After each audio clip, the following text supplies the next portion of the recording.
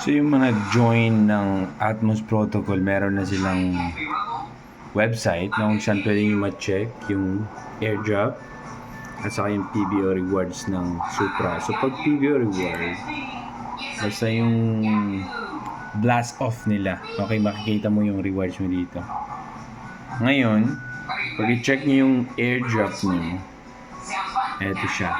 So ang gagawin nyo lang, connect yung wallet nyo, i-follow nyo itong task para ma-claim nyo. So, ayan yung pre-ATM Atmos na bibigay sa akin. Nakakonti lang pala. Pero naging active ako dito Tapos pwede nating ma-claim yung reward.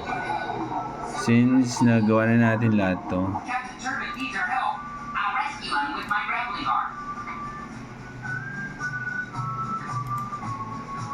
nagawa ko na kasi ito lahat So mag-join ka lang.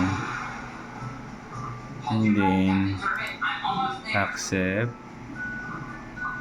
Pupunta ka dun. Ayan. Pwede na natin i-claim. Claim. Tapos syempre star key tayo.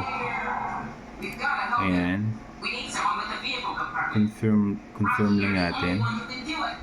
And then reward claim sa ATM na then have been sent to your wallet. Ayan.